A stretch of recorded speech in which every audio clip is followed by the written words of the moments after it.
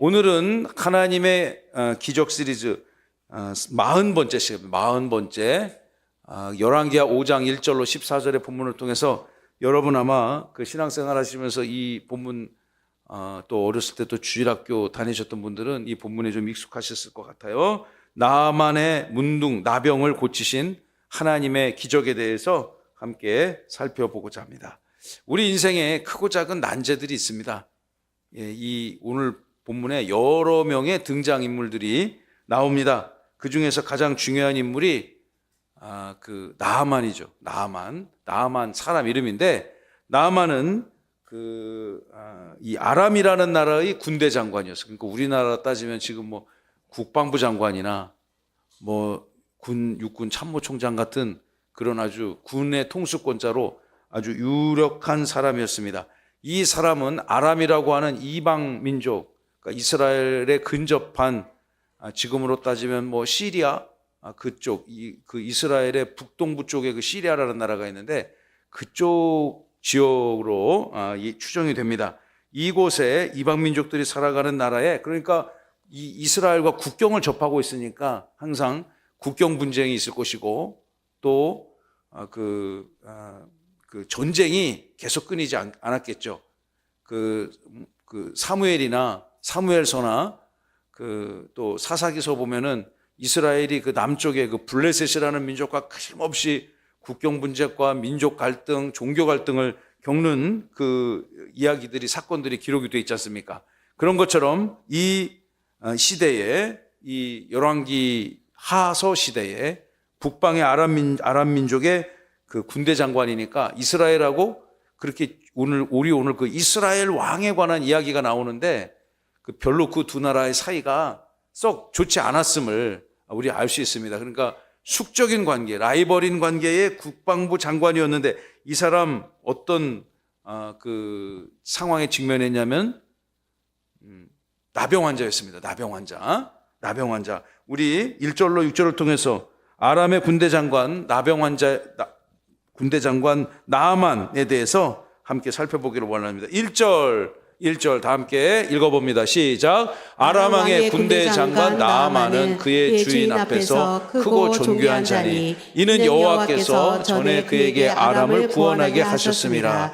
그는 큰 용사이나 나병 환자더라. 이 사람을 성경은 소개하고 있습니다. 아주 그 사람의 그 여러 가지 상황들을, 그 사람의 그 이름부터 그다음에 맡고 있는 일, 군대 장관이니까 엄청난 권세를 가지고 있었겠죠. 그리고 그가 그의 주인 앞에서, 아람의 통치자 왕 앞에서 크고도 존귀한 자다.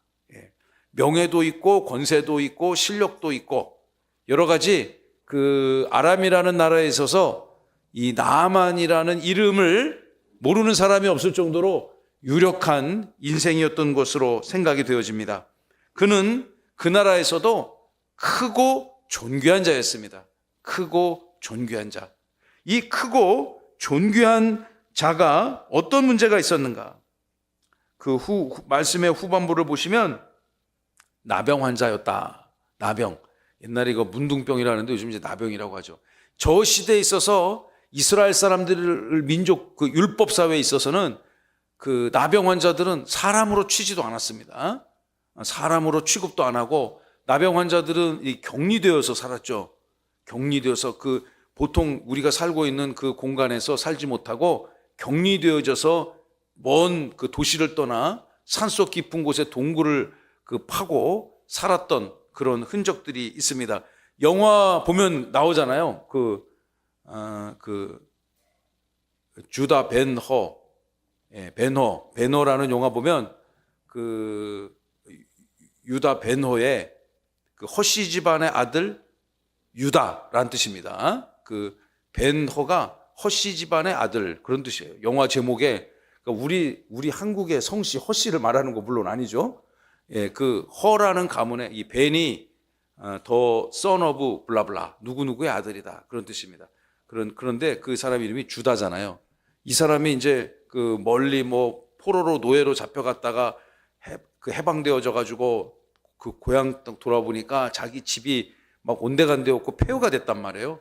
그래서 그 집에서 같이 일한 사람에게 나의 가족들이 어디 있느냐 하니까 막 이제 울면서 어디 있다고 알려줘요. 그래서 가가지고 먼 발치 속에서 자기 그 어머니와 여동생이 나병 환자가 되어서 동굴 속에서 막 이렇게 칭칭 감싸가지고 비참하게 살아가는 모습을 보고 그가 이제 신분을 드러내지 않으려고 이렇게 그 구석에서 막 이렇게 오열하는 그런 장면이 나오잖아요. 그런 것처럼 나병 환자는 그 시대에 이 회복이 불가능하고 그 시대 사회와 동거하여 살 수 없는 격리되는, 강제 격리되는 그런 거. 우리 코로나19 경험하면서 강제 격리를 우리 다 각자 경험했지 않습니까? 그거랑 비교할 수 없을 정도의 강력한 질병이고 또 그 시대에 치유가 안 되는 그런 질병이었습니다. 그런데 그런 인생에게 하나님의 은혜를 주셔서 1절을 보시면 여호와께서 예전에 과거에 그를 통해서 아람이라는 나라를 구원할 수 있도록 도와주셨다, 함께 하셨다라고 선언하고 있습니다.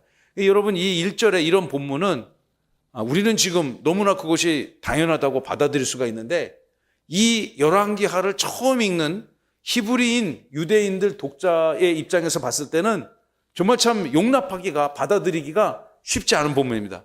왜냐하면 이스라엘 사람들은 오직 하나님이 그들 민족만 특별히 선택하셨다, 그런 아주 독특한 선민 사상을 갖고 있었기 때문에 다른 민족이 하나님의 구원을 얻는다라는 것은 정말 생각하기도 싫고 있어서도 안 되고 상상은 더더욱 하기 싫은 그런 그 상황이, 그런 생각들을 갖고 있었습니다. 그러나 그들의 생각이 옳지 않음을 이미 구약성경 시대에 하나님께서는 온 열방을, 이스라엘뿐만 아니라 그 주변의 민족들을 향해서도 구원의 계획을 가지고 계셨다는 것을 이 성경 기자는 알려주고 있는 거죠. 이스라엘의 생각은 편협하나 하나님의 생각은 광대하다는 구원의 계획을 말씀하고 있는 것입니다. 여러분 인생 주변에 그 구원의 역사가, 여기 구원이라는 표현이, 직접적인 표현이 나오잖아요.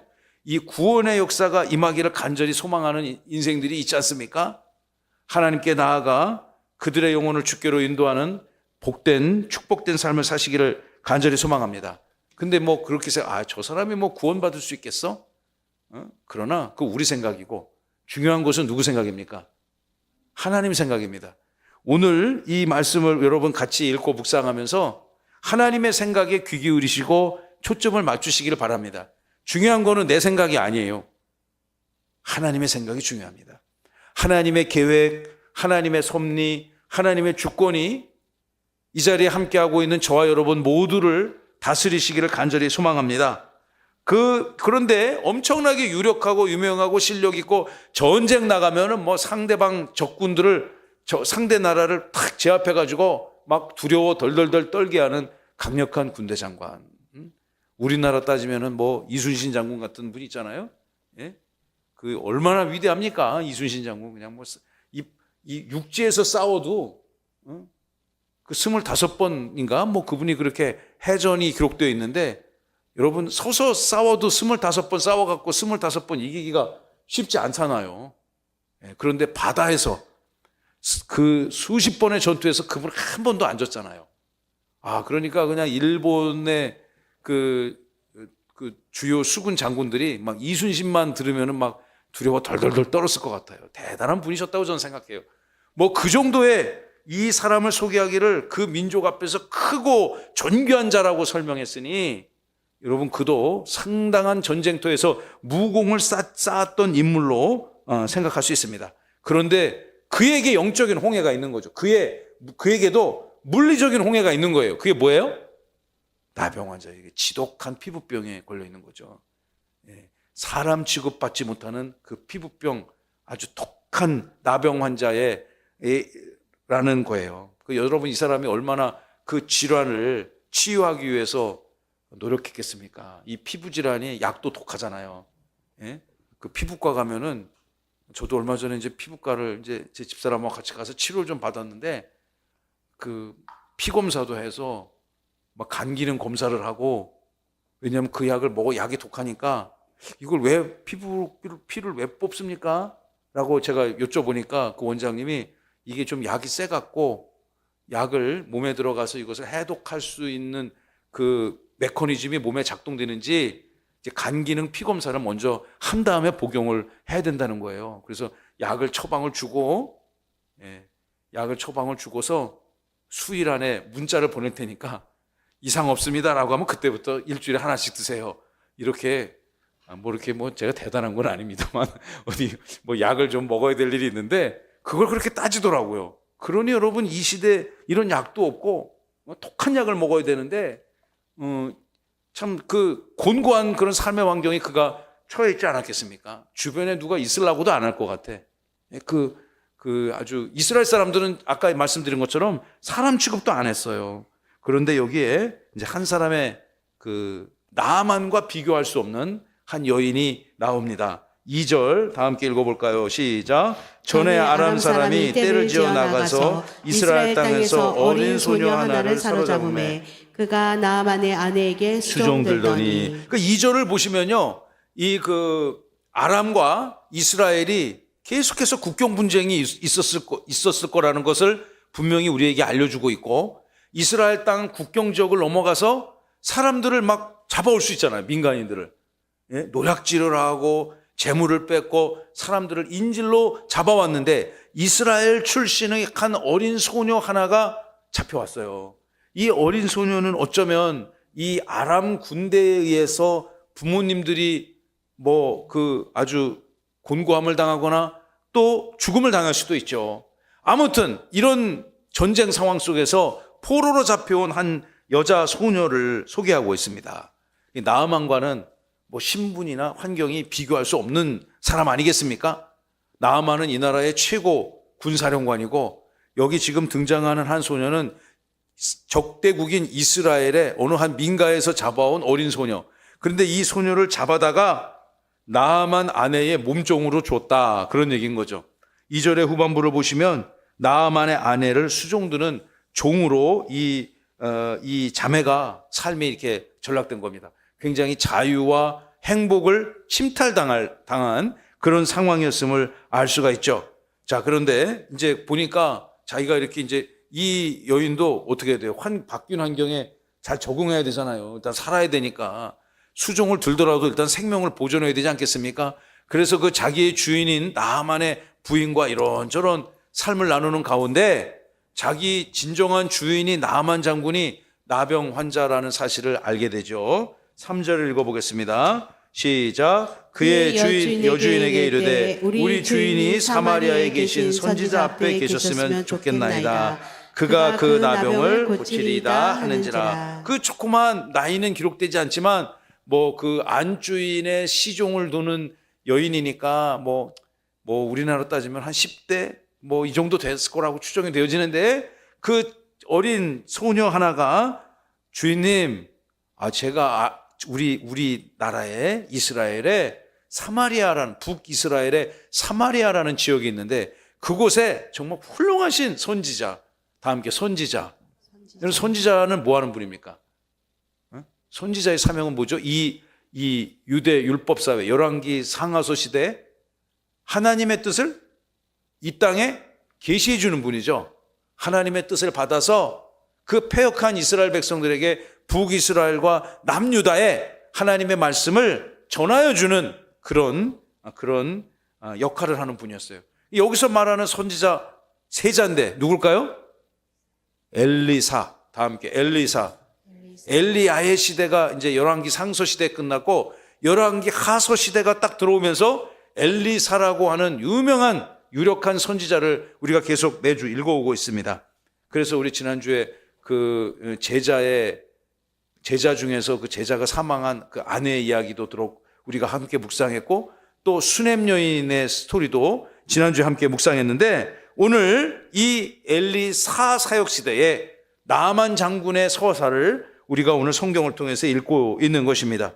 그런데 이 포로로 잡혀간 몸종으로 전락한 이 여인이 우리 고향 사마리아에 정말 이름만 대면 아는 유력한 명성 있는 탁월한 하나님의 계시를 밝히 드러내 보이는 선지자님 한 분이 계시는데, 아마 그 사람의 이름을 이 여인은 몰랐을 수도 있을 것 같아요. 이 고유명사가 아직 안 나오죠. 그분이라면 내가 이스라엘에서 들었던 소문과 여러 가지 증거들을 확보해 본다면 반드시 우리의 주인이신 나아만 군대 장관님의 나병을 고칠 수 있다고 저는 확신합니다. 지금 뭐 하고 있는 거예요? 이 여인이, 이 소녀가 하나님의 이름을, 하나님의 능력을 이방인들에게 전하고 있는 것입니다. 놀라운 일 하고 있는 거예요. 이거 쉬운 게 아닙니다. 내가 믿고 있는 그 신앙을 이방 민족들에게, 그것도 자기와 비교할 수 없는 삶의 반열에 있는 사람에게 지금 내가 믿는 하나님의 선지자 앞에 나아가라고 증언하고 있는 것입니다. 그러니까 뭐 지금 이 시대로 말한다면 여러분의 삶의 현장에 어떤 인생에 곤고한 문제가 있는 사랑하는 이웃들이나 가족들이 있다면, 직장 동료가 있다면 내가 섬기는 교회에 함께 나아가자라고 권하고 있는 것이죠. 특별한 일을 하고 있습니다. 이 여인이 이름을 기록하고 있지는 않습니다. 이 어린 소녀는, 포로로 잡혀간 이 어린 소녀는 이 복음의, 하나님 나라의 본질을 정확히 꿰뚫고 있는 여인입니다. 그리고 이 자기 고향에서 들었던 엘리사 선지자라면 나아만 장군의 이 육신의 가시를 말끔히 해결해 줄 수 있을 거라는 확신이 그에게 있는 것이죠. 사랑하는 성도 여러분, 이 밤을 예배하면서 복음을 전하는 여러분의 삶에 능력이 함께 하시기를 축복합니다. 자, 이제 이 얘기를 딱 들었어요. 그러니까 이제 이 복음은 전해질 때 역사가 나타나잖아요. 이 어린 소녀의 입으로 그 여주인의 귀에 들어가게 됐고, 이 여주인이 자기의 신랑인 나아만에게 가서 내가 있는 아이 중에서 저 이스라엘에서 온 여자아이가 있는데 이 아이가 아주 총명하고 똑똑한데 내가 좀 데리고서 일을 시키고 있는데 이 아이가 이런 얘기를 하더라. 그러니까 어차피 뭐 그냥 속는 셈 치고 한번 휴가를 받아가지고 이스라엘에 좀 출장 좀 갔다 오쇼. 우리 강근하 집사님 방콕 출장 갔다 왔잖아요. 그렇게 좀 국경을 넘어서 좀 다녀오쇼 라고 지금 권하고 있는 거예요. 이 장면을. 자, 우리 같이 또 계속 말씀을 읽어볼까요? 4절 시작. 나아만이 들어가서 그의 주인께 아뢰어 이르되 이스라엘 땅에서 온 소녀의 말이 이러이러하더이다 하니. 제가 지금 좀 전에 그 설명을 드렸잖아요. 나아만이 들어가서, 그러니까 나아만이 이제 4절은 좀 더 한 단계 나아가서 자기의 주인인 누굽니까? 아람의 통치자 왕에게 이런 말을 내가 들었기 때문에 이스라엘 땅에서 온 소녀가 거기 아주 그냥 신통방통한 그런 선지자가 한 분 계시는데 그분 앞에 찾아 나아가면 나의 이 육신의 질고가 치유될 거라는 말을 내가 들었습니다. 이러이러하더이다. 그러니까 뭐 달라는 얘기예요? 좀 갔다 올 수 있도록 휴가 좀 주세요. 연차 휴가를 좀 달라고. 연차 휴가는 줘야죠. 제가 오늘 이번 주에 아주 참 기쁜 일이 있었어요. 연차 휴가를. 제가 우리 내년에 좀 교육전도사님 좋은 분 모시려고 정말 열심히 노력했습니다. 지금 몇 달을 내가 공을 들여가지고 5번을 만났어요, 내가. 제가 이번 주에 만나는 분마다 이런 얘기 했어요. 그 삼국지에 보면은 유비가 이 제갈량이라는 책사를 얻기 위해서 3번 찾아가잖아요. 그걸 뭐라고 그래요? 여러분은 성경만 읽으셔갖고 삼국지는 안 읽으셨는가 보구나. 다 함께 삼고초려. 3번 찾아가서 그 사람 얻었다는 거예요. 저는요 5고초려를 했어요. 5고초려. 그래서 그분이 처음 만났을 때 우리 교회 올 수 있는 환경이 전혀 아닙니다. 우리 교회 올 수 있는 환경이 전혀 아니에요. 그리고 세종의 어느 유력한 교회에서 아주 탁월하게 그 전문 사역을 하시는 분이에요. 근데 이상하게 제가 그분을 딱 보자마자 제 마음속 심령 가운데 확신이 생기는 거예요. 저분을 우리 교회로 내가 스카웃을 해야 되겠다. 어떻게 해서든지 저분을 우리 교회로 데리고 와야 되겠다. 한 번 만나고 2번 만나고. 근데 여러분 기도하면요 역사가 나타납니다. 할렐루야. 내가 이걸 작전을 짜려면 안 되는데 이 부분을 놓고 계속 기도하니까 생각지도 않았던 그분의 그냥 시어머니가 막 적극적으로 돕는 거야. 그냥 그거를 내가 부탁도 안 했거든. 막 저한테 찾아와가지고 목사님 더 기도를 많이 해서 이 교회 오게 해달라고. 그리고 그분의 그 남편 되신 형제가 막 적극적으로 운동하는 거예요. 그냥 그 자매님의 저한테 찾아와서 세 번째 저를 찾아왔을 때 막 그냥 너무 피곤해하는 거예요. 그 시어머니하고 남편이 막 계속 이쪽 교회 가서 우리 같이 섬기자. 그런데 우리 신랑은요, 저를 이쪽 교회 목사님 옆에 꽂아 놓으려고 아주 작심을 한 사람이라는 거예요. 그래서 내가 아주 훌륭한 신랑을 뒀다. 탁월한 신랑을 뒀다. 그래서 제가 4차례, 5차례 만날 때, 그분이 결심을 하기가 탁월했는데 한번 딱 결심을 하고 기도하더니만은 기도를 빡세게 했대. 열심히. 그리고서 그 교회에다가 나 세종명성교회로 이적합니다. 이렇게 선언을 하니까 그 교회가 발칵 뒤집혔대. 그 교회가 발칵 뒤집혔대. 여러분, 이게 계속 같이 뜻을 구하고 마음을 구하고 정성을 다해서 하나님께 구하면 우리 생각보다 훨씬 더 광대하게 주께서 축복해 주실 줄 믿습니다. 그런데 이제 이적 협상을 해야 되잖아요. 그 프로야구 선수들 막 이렇게 이적, 요즘에 한참 그런 거 하잖아. 이적 협상을 하는데, 목사님, 제 아내가 이곳에 이렇게 오게 되면, 그 1년에 이렇게 휴가는 좀 주시는 건가요? 그래서 제가 내 휴가를 까서라도 주겠다. 나 지난 3년 6개월 동안 나 휴가 안 쓰고 살았는데, 내 휴가를 까서라도 내가 전도사님 내 휴가를 보장해 줄 테니 그거 걱정하지 마라. 그러면요, 목사님, 제 아내를 여기서 잘 사역할 수 있도록, 물론 교육 전도사와 담임 목사니까 참 이게 어려운 관계지만 그래도 가족과 같이, 어떨 때는 오빠 같이 이렇게 좀 해주실 수도 있나요? 오늘부터 내가 그렇게 해주겠다. 오늘부터 그건 해줄 수 있다. 당장이라도 해줄 수 있다. 제가 이렇게 기도해가지고 그 자매 두 부부가 우리 교회에 와서 교육전도사 사역을 하기로 했습니다. 할렐루야. 그런데 여러분, 기도를 하니까 여러분 많이 기도하세요. 생각지도 않은 그 축복이, 은혜가 막 밀려옵니다. 그 형제가 막 신이 났어요. 목사님, 저도 시켜주십시오. 저도 교육전도사 할 수 있습니다. 보니까 할 수 있어. 신학도 공부했고, 저는 노 페이먼트, 사례를 안 받고 1+1으로 사역을 해드리겠습니다. 난 그거 기대도 안 했어요, 진짜. 예. 여러분, 제가 이런 일이 언제 있었냐? 엊그저께 있었습니다. 그래서 그 부부가 송구영신 예배 때부터 와가지고, 그러니까 우리 교육사님들 기대하시라고, 같이 아주 굉장히 좋은 그 분을 내가 정말 오고철학 끝에 모셨기 때문에 제가 요번 주에 그냥 만나는 사람마다 그게 즐거워갖고 그 얘기를 하고 있는데, 여러분, 이것처럼, 이 말씀처럼 그가 지금 무엇을 왕에게 구합니까? 이제 휴가 얘기하다가 내가 이 얘기를 했네. 지금 나 좀 인접 국가인 이스라엘에, 우리의 적대 국가인 이스라엘에게 가서 내가 좀 치료를 받고 와야 되니까 휴가를 좀 주십시오. 그러니까 이 사람이 왕 앞에서 어떤 자? 크고 존귀한 자. 다 함께 크고 존귀한 자. 크고 존귀한 자. 여러분이 그런 인생 사시기 바랍니다. 여러분의 자녀들이 세상에서도 크고 존귀한 자, 하나님의 나라에서도 크고 존귀한 자 되시길 바라요. 그러니까 무슨 휴가야, 이 사람아. 일을 해야지. 그러지 아니하고 이 아람의 왕이 선처를 베풉니다.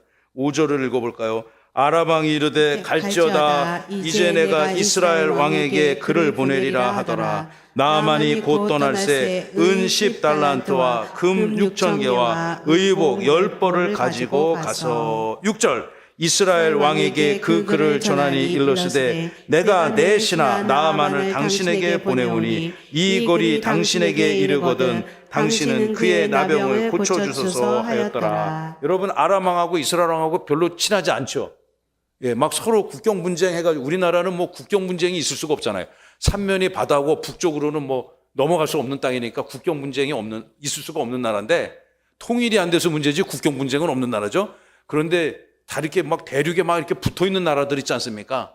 그런 나라들은 지금도 계속 국경 분쟁, 인도, 파키스탄 계속 싸우고, 중국, 베트남, 중국, 인도 뭐 사방팔방에 국경이 이렇게 넓게 연화해진 민족들은 서로 계속 분규가 있습니다.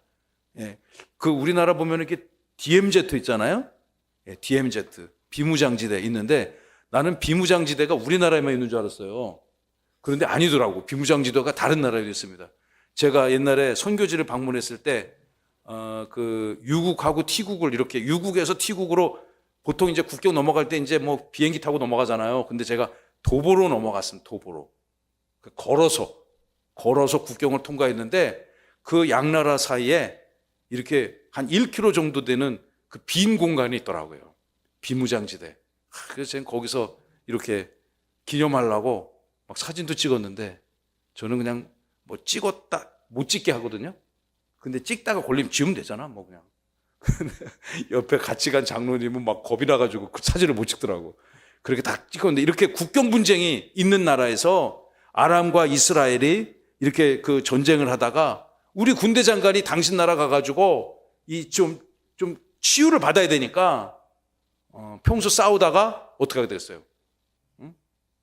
정중하게 도와달라고 친서를 써서 보내고 친서에다가 그 왕에게 전달할 선물도 잔뜩 싸가지고 보냈다. 그 얘기 아닙니까? 그래서 5절을 보시면 은 10달란트와 금 6,000개와 아이고 금 6,000개면 얼마야? 요즘 한 돈에 아이고 막 갑자기 머리가 아프려고 그러네. 여러분 이렇게 금 6,000개와 의복 10벌을 가지고 가서 왕에게 이렇게 딱 진상을 했다는 얘기죠. 예. 그러니까 이쪽 국가의 군대 장관이 그 나라 왕이 주는 각종 선물과 편지를 들고 이스라엘 왕, 그러니까 그 편지에는 뭐가 써 있겠어요? 그 탁월한 선지자 엘리사를 만나게 해달라. 그런 메시지 아니겠습니까? 자, 이제 이 본문이 어떻게 전개되어지는지 함께 살펴보기를 원합니다. 7절로부터 14절 말씀을 보시면 결론적으로 말씀면 우리 제목을 읽어봅니다. 시작. 나병에서 치유된 나아만. 나병에서 드디어 치유가 되는데 이 치유되는 과정이 만만치가 않습니다. 나아만에게도 상당한 요구되어지는 것이 있습니다. 근데 나아만 입장에서는 또 수용하기 어려운 거예요. 어떤 사건들이 전개되어지는지 함께 살펴보기를 원해요. 자, 7절 시작. 이스라엘 왕이 그 글을 읽고 자기 옷을 찢으며 이르되 내가 사람을 죽이고 살리는 하나님이냐? 그가 어찌하여 사람을 내게로 보내 그의 나병을 고치라 하느냐? 너희는 깊이 생각하고 저 왕이 틈을 타서 나와 더불어 시비하러 함인 줄 알라 하니라. 이 이스라엘 왕 어떤 왕입니까? 아주 미련한 왕이죠. 아주 무식하고 하나님의 뜻과 계획들을 전혀 헤아리지 못하는 미련한 왕입니다. 이 왕이 편지를 받았습니다. 선물을 받았습니다. 그리고 그 편지와 선물을 가지고 온 사람은 상대방 적국의 국방부 장관입니다. 이 사람이 사신으로서 자기 병 치료를 해야 되니까 도와달라고 선물을 갖다 바치는데 그럼 이제 잘 헤아려 보고 기도하며 선처를 베풀어 주면 되는데 이 사람 이스라엘 왕이 할 수 있는 게 뭐가 있습니까? 엘리사가 어디 있는지 이분 좀 안내해 드려라. 이 정도면은 성경 역사에 그의 이름이 귀하게 기록되어질 것 같은데 이 미련한 사람이 말입니다. 그걸 보고 신하들을 다 놓고 막 자기 옷을 찢으며 자기 옷을 찢으며 이게 뭐 심각한 상황이죠. 평상시 평온한 상황이라면 자기 옷을 찢겠습니까? 여러분 뭐 자기 옷을 이렇게 찍는 경우가 언제 있겠어요? 무슨 헐크도 아니고 말이죠. 600만 불의 사나이도 아니고 자기 옷을 찢을 사람이 누가 있겠어요? 아무도 없어요. 자기 옷을 찢을 때는 극심한 회개, 참회 이럴 때 이스라엘 백성들이 하는 거잖아요. 그리고 그가 옷을 찢으며 울부짖으며 내가 하나님이요? 지금 이렇게 얘기하는 거죠. 내가 무슨 사람을 죽이고 살리는 하나님이냐고. 나는 그런 재주도 없는데 저 아람 왕 피곤한 사람이네. 왜 이걸 나한테 갖고 와갖고 지금 이렇게 시비를 걸어서 결국은 내가 이걸 못 고쳐줄 걸 아니까 전쟁하자는 거 아니야. 지금 이런 거죠. 본문이 이해가 되죠. 예. 한편의 드라마 같아요. 아주 재밌어요.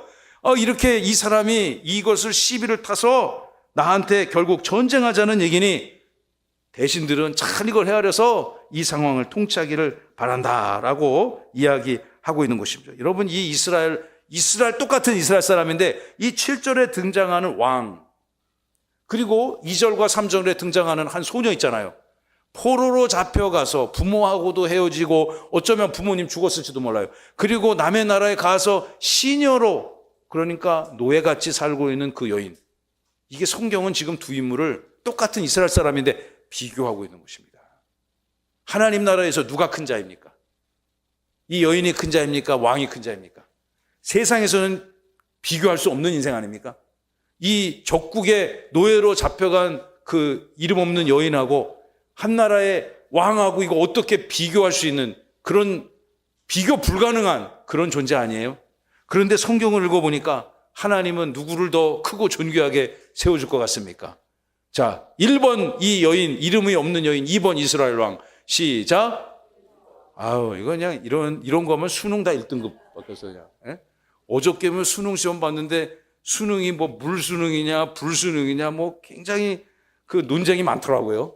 어떤 사람은 이거 물수능이다, 어떤 사람은 불수능이다. 이 출제위원들이 물수능과 불수능의 경계선을 탁하게 출제를 하신 것 같아. 그러니까 막 입시 전문가들도 이게 막 그 굉장히 올해 입시 전망이 쉽지 않을 거다. 그런 그 토론을 하는 걸 제가 어젯밤에 잠시 라디오에서 들었습니다. 그런데 이런 문제 제가 낸 것만 보면은 전 국민이 다 1등급 받겠죠. 여러분, 첫 번째 이 여인이죠. 이 여인은 성경에서는 비록 이 상황, 역사적 상황 속에서는 아무 의미가 없는 인생 같아 보이지만 하나님 나라에서는 복음의 본질을 정확히 꿰뚫고 통찰하고 있는 이 여인이 이 미련한 이스라엘 왕보다 압도적으로 크고 존귀한 인생이라는 것을 성경은 오늘 우리에게 알려주고 있는 것입니다. 믿으시면 아멘. 8절을 보세요. 하나님의 사람 엘리사가 이스라엘 왕이 자기 옷을 찢었다 함을 듣고, 그러니까 왕이 자기 옷을 찢은 것은 온 국민이 다 알려질 만큼 특별한 사건이라는 것을 알려주고 있는 거죠. 이 소문이 아람의 군대 장관 나아만이 와가지고 엘리사를 만나게 해달라는 건데 결국은 안 만나게 하고 그냥 자기 옷을 찢고 비분관계했다는 소문을 듣고 왕에게 사람을 보내서 그 왜 당신 멀쩡한 옷을 왜 찢은 거요? 이렇게 얘기하는 거죠. 왕이 어찌하여 당신 옷을 찢었습니까? 그 비싼 옷을 세금으로 만들었을 텐데 그 사람 나한테 보내세요. 나한테 보내세요. 사마리아로 보내세요. 그가 이스라엘 중에 선지자가 있는 것을 알고 왔으니 필시 그 시대에 선지자가 여러분 많은 사람이 있는 것이 아니라 선지자 하면 그냥 딱 엘리사 그 한 분 있는 거죠. 물론 주변에 수많은 그 문화생들이 제자들이 있었지만 선지자를 찾아온다면 누구나 다 엘리사를 만나고자 하는구나 알 수 있었다는 것입니다. 이제 나아만이 그 엘리사 앞에 나아갑니다. 9절을 볼까요? 나아만이 이에 말들과 병거들을 거느리고 엘리사의 집문 앞에 당도했습니다. 이 사람 사마리아에, 북이스라엘의 사마리아에서 살고 있었는데 그 나아만이 군대 장관이니까 막 혼자 갔겠어요. 뭐 경호원들 잔뜩 붙어 있을 것이고, 그리고 이 군 병력들이 병거들을 탁 끌고 나아만이 엘리사의 집 앞에 도착했다는 거죠. 자, 이제 엘리사와 나아만의 조우 미팅 협상이 진행됩니다. 10절 다 함께 시작. 엘리사가 사자를 그에게 보내 이르되 너는 가서 요단강에 몸을 7번 씻으라 내 살이 회복되어 깨끗하리라 하는지라. 엘리사가 만나주질 않습니다. 그 집 앞에 와 있는데 문을 열고 아이고 오셨냐고, 잘 오셨다고, 어떻게 또 그냥 저까지 이렇게 찾아오셨냐고, 잘 오셨다고 이렇게 손님을 맞이해야 되는데 이 사람 방에 딱 있고 밑에 그 자기 이제 그 시종에게, 사자에게 나를 만날 곳 없고 저 요단강가에 나가서 7번 목욕을 하시오. 그렇다면 당신의 살이 회복되어질 것이오 라고 전하는 것입니다.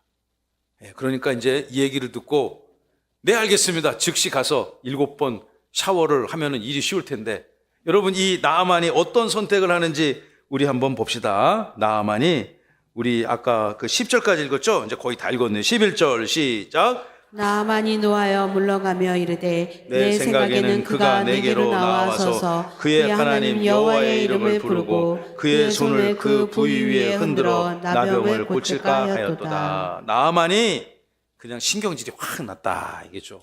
분노해서 지금 무슨 소리 하는 거야? 말이 되는 소리를 해야지. 지금 여기 와가지고 그냥 그렇게 그냥 왕이 막 옷 찢는 것도 막 보고 듣고 천신만고 끝에 여기로 왔는데, 그러면은 엘리사가 자기를 탁 맞이해갖고 정말 하나님의 사자, 그 선지자답게 의복을 탁 정제하고 나서 세리머니를 해야 된다는 거예요. 세리머니를, 의식을 치러야죠.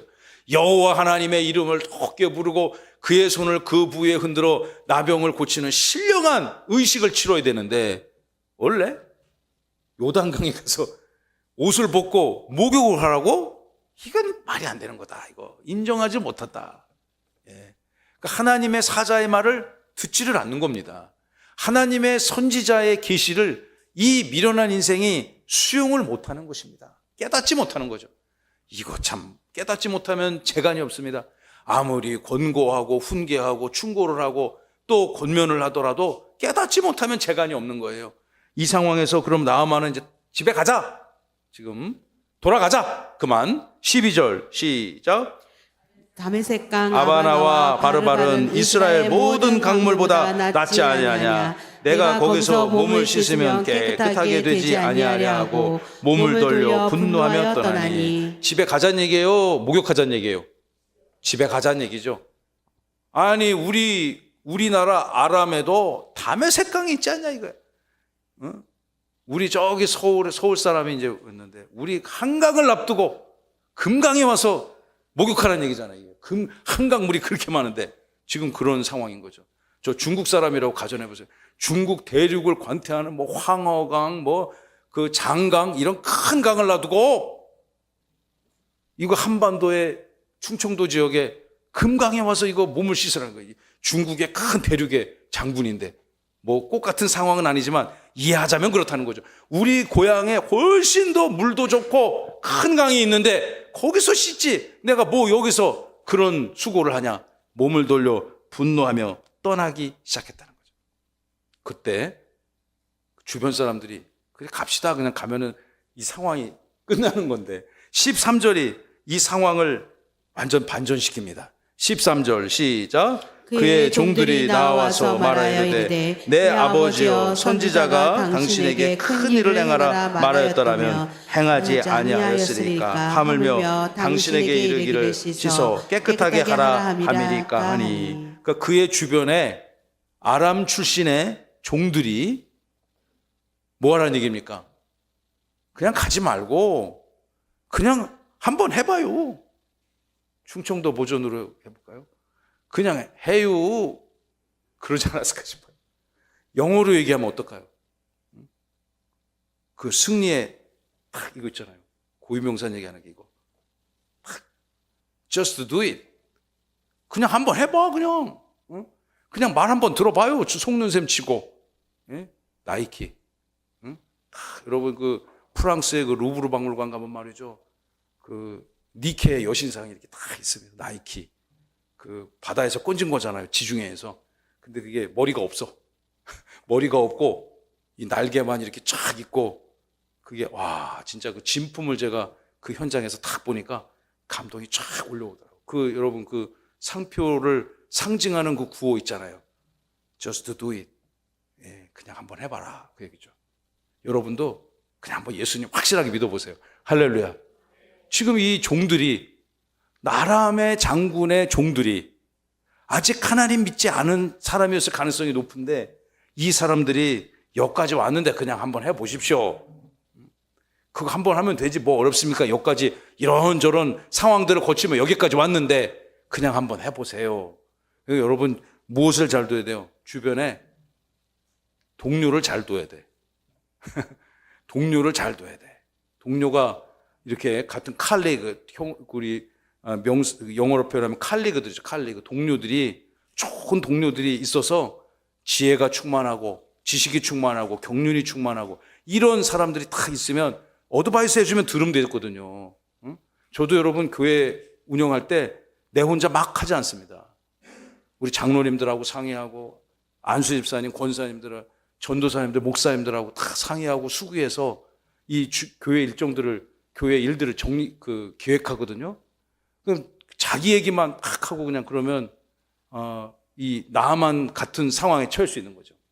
나아만의 참모들이 그냥 한번 해보십시오. 이렇게 권면하기 시작했습니다.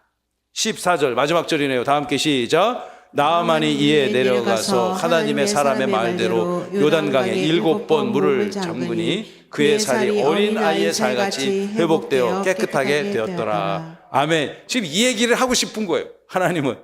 성경은 이 얘기를 비로소 나아만이 그 선지자의 말대로 자기는 안 하고 싶었지만 주변 사람들의 권면과 또 회유, 이런 충고를 딱 듣고 선지자의 말대로 하였더니 하나님의 사람의 말대로, 우리 고개 한번 읽어볼까요? 시작. 하나님의 사람의 말대로. 하나님의 사람의 말대로 했으니 요단강에 7번 몸을 담궜다 목욕했다는 얘기겠죠. 그의 살이 어린아이의 피부와 같이 뽀얗고 뽀송뽀송하게 모든 종기들이 사라지고 깨끗하게 회복되어졌더라. 할렐루야. 이것이 무슨 소설 속에 있는 영화 같은 얘기가 아니라 성경에 기록된 하나님의 말씀이니 1점도 1획도 틀림이 없다고 저는 믿습니다. 그러니까 여러분, 이게 주의 종들이 비록 부족하고 연약한 종들이지만 여러분 목회자들이 또 완전합니까? 허점투성입니다. 저가 저를 봐도 정말 연약하고 부족한 사람이에요. 그럼에도 불구하고 저에게 맡겨주신 사명이 뭐냐? 주님의 몸된 교회와 하나님의 백성들, 하나님께서 그렇게 금쪽같이 사랑하시는 그 백성들의 영혼을 안위하는 것이 저의 책무잖아요. 그게 저의 자비예요. 그게 저의 사명이에요. 옛날엔 세상에서 딴 일 열심히 하고 살았는데 이제 그거 내려놓고 이 일을 하라고 불러서 맡긴 거죠. 그러니까 저의 하루의 모든 생각 일들이 교회 일을 논의하고 성도들의 삶을 이야기하고 목회 계획들을 이야기하고 부족한 것을 채울 생각을 하고, 그리고 또 시간 나는 데마다 기도하고, 그리고 어떤 영감을 가지고 성도님들에게 이렇게 조언을 하거나 권면을 할 때는 여러분 어떻게 되겠어요? 어떻게 되겠어요? 다 함께 따라합시다. 잘 들읍시다. 잘 들읍시다. 잘 들읍시다. 예. 잘 들으시면 은혜가 되고 복이 올 줄로 믿습니다. 왜냐하면은 기도하고 하는 거니까요. 기도하고 하는 거니까요. 제가 요즘에 목회를 하면서 더욱더 기도를 많이 해야 되겠다. 할렐루야. 교회를 위해서, 성도를 위해서, 저의 목회 현장을 위해서 기도 많이 해야 되겠다. 이게 기도 안 하고 하잖아요. 기도 안 하고 세상 1번 세상 살 수 있다, 2번 못 산다. 여러분들은 무지하게 경건하신 분이네. 저는 과거 살아보니까 기도 안 하고도 자기 잘난 못에 막 살 수 있더라고요. 목회도요, 기도 안 하고 막 할 수 있어요. 근데 기도 안 하고 한 일은요, 엉망진창돼요. 제가 목회하다 그걸 깨달았어요. 기도 안 하고 결정한 일, 기도 안 하고 추진한 일, 엉망진창돼요. 크게 낭패를 봐요. 그러나 이 한 가지 목표를 놓고 끝없이 부단히 기도하고 또 기도하고 또 기도하고 또 기도하고 또 기도하고, 오늘 부족하면 내일 또 하고, 아침에 부족한 거 저녁 때 또 하고, 갑자기 잠에서 깨서 또 일어나서 또 기도하고. 여러분, 그러면요, 나만이 생각했던 것 그 이상을 월등히 초월하여 하나님이 선하고 아름답게 이루어 주실 줄로 믿습니다. 그 원리를 점차 깨달아요. 제가 요즘에 우리 여목사님한테 제가 어저께 긴급 제안, 목사님 우리 같이 기도합시다. 목사님 지금 대전에 사시지만 밤에 만나서 기도하기는 물리적으로 어렵지만 낮에라도 우리 아침이든 오후든 언제든지 목사님 기도하러 갑시다. 같이 기도하고 교회를 위해서, 성도를 위해서 같이 기도합시다. 그래서 의기가 탁 투합되더라고요. 그렇게 합시다, 목사님. 그래서 우리 이 교회 정말 우리 신생교회고 이제 개척교회 틀을 막 벗어나는 교회지만 세종에서 사랑과 칭찬과 존경받는 교회로 성도들이 찾아와서 평안함을 누리고 하나님의 살아계심을 누릴 수 있는 그런 교회 한번 만들어 봅시다. 목사님 이제 미국 가실 계획이 있지만 가시기 전까지 우리 같이 힘을 합해서. 할렐루야. 그렇게 그런 말을 하니까 또 막 힘이 생겨. 사랑하는 성도 여러분, 여러분의 인생에 나만의 나병과 같은 홍해가 있다면 하나님의 말씀에 깊이 창념하시고요, 하나님의 이 귀한 이 동역자들, 하나님의 사람의 말대로, 저만 하나님의 사람입니까? 이 자리에 함께한 모두가 다 하나님의 사람들이죠. 그들과 협력하고 동역하면서 이 땅에서의 삶을 기쁘고 행복하고 소망에 넘치고 하나님이 함께 하셔서 승리하는 믿음의 선한 역사를 이루어 가시기를 살아계신 예수님의 이름으로 축원하고 축복합니다.